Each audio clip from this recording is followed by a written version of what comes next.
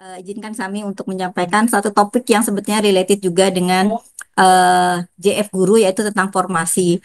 Jadi baik, Bapak Ibu sekalian, seperti yang kita tahu bahwa yang disampaikan kami di Kementerian Pendidikan Dasar Menengah itu mempunyai setidaknya menjadi instansi pembina dari 4 JF yang tadi disampaikan, yang sedang diintegrasikan, proses integrasian ke menjadi satu JF, yaitu saat ini ada JF Guru, pengawas, penilik, dan pamong belajar, di mana salah satu tugas dari instansi pembina itu adalah untuk menyusun pedoman formasi. Nah, ini kita ingin melihat bagaimana pada masa transisi itu apa yang dilakukan terhadap formasi. Kenapa formasi itu penting? Karena formasi itu adalah untuk memastikan Bapak Ibu mendapatkan haknya untuk naik jenjang, gitu. Mendapatkan haknya untuk perpindahan jabatan nantinya, begitu ya.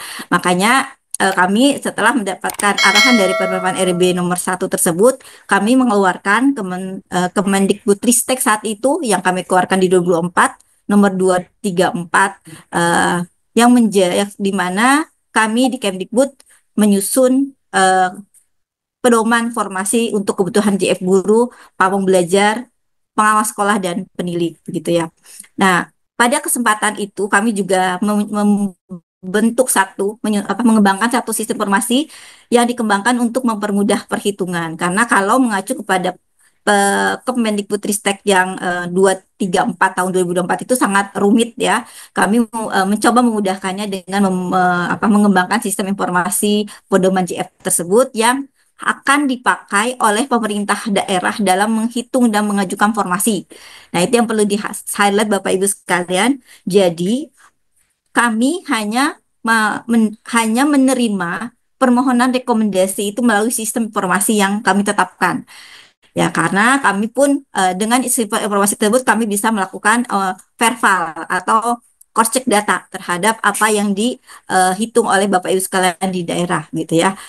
Kemudian di mana pengajuannya adalah seperti biasa, pemerintah daerah harus mengusulkan ke Kemdikbudristek kebutuhan formasi, karena kemudian formasi itu akan eh, Kemdikbud akan mengeluarkan rekomendasi, dan rekomendasi itu yang kemudian akan disampaikan ke Menpan RB oleh Pemda, gitu. Jadi prosesnya sama, tapi kami eh, mengkondisikan, memudahkan Bapak Ibu sekalian dalam pengajuan formasi ini agar terintegrasi itu melalui sistem formasi tersebut.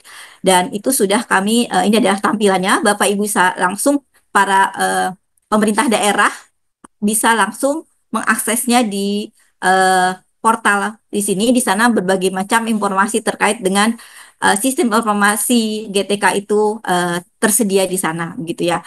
Kemudian secara umum pemerintah daerah itu untuk bisa akses ke dalam, karena yang di luar itu tentunya lebih ke informasi umum, tapi untuk kita bisa mengakses ataupun mengajukan permohonan itu perlu mengajukan akun. Akunnya ini menjadi akun, satu orang Pemda itu mempunyai dua akun, yaitu akun yang dimiliki oleh Dinas Pendidikan dan akun yang dipunyai oleh BKSDM.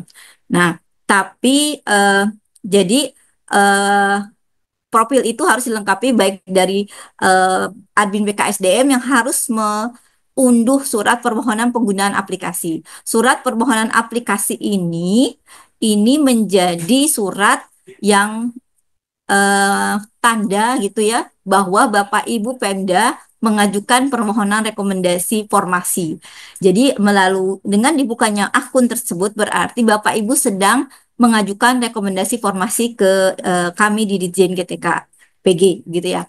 Jadi setelah permohonan surat itu diunduh, kemudian admin dinas itu meminta surat permohonan penggunaan aplikasi ke admin BKDSDM, kemudian surat permohonan penggunaan itu ditandatangani dan verval. Setelah itu, setelah diverval dalam proses 2 hari, insya Allah itu aplikasi penuh bisa diakses.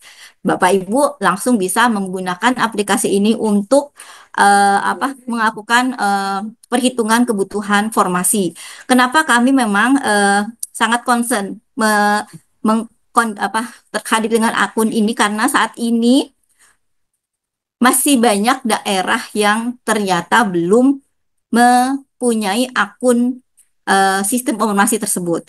Dan itu berarti pemerintah daerah belum mengajukan formasi.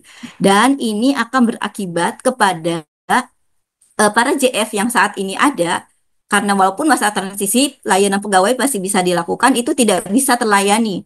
Dalam artian, Bapak Ibu kenaikan jenjang ataupun kenaikan kenaikan jenjang itu tidak bisa terlayani karena BKN itu akan meminta penetapan rekomendasi dari Menpan RB yang diawali oleh rekomendasi yang dikeluarkan oleh sistem informasi tersebut. Nah, padahal kami sudah mengupayakan berbagai cara gitu untuk Bapak Ibu Pemda itu bisa memakai sistem informasi ini, baik melakukan sosialisasi ataupun BIMTEK di masing-masing provinsi oleh BBKP BGP. Nah, jadi mohon bantuannya agar Pemda dalam ini Dinas Pendidikan dan BKSDM itu segera berkoordinasi untuk segera mengajukan akun, dan ini surat sudah kami luncurkan terkait dengan hasil evaluasi akun tersebut dan mohon ditindaklanjuti.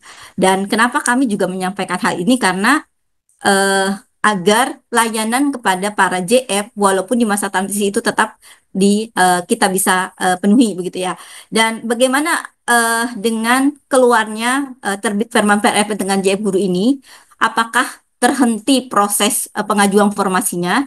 Pada prinsipnya tidak. Sistem pun kita akan tetap buka karena belum ada aturan terhadap perhitungan kebutuhan guru berdasarkan Permenpan RB yang baru. Jadi semua aturan seperti yang tadi masa peralihan masih kita memakai selama tidak bertentangan.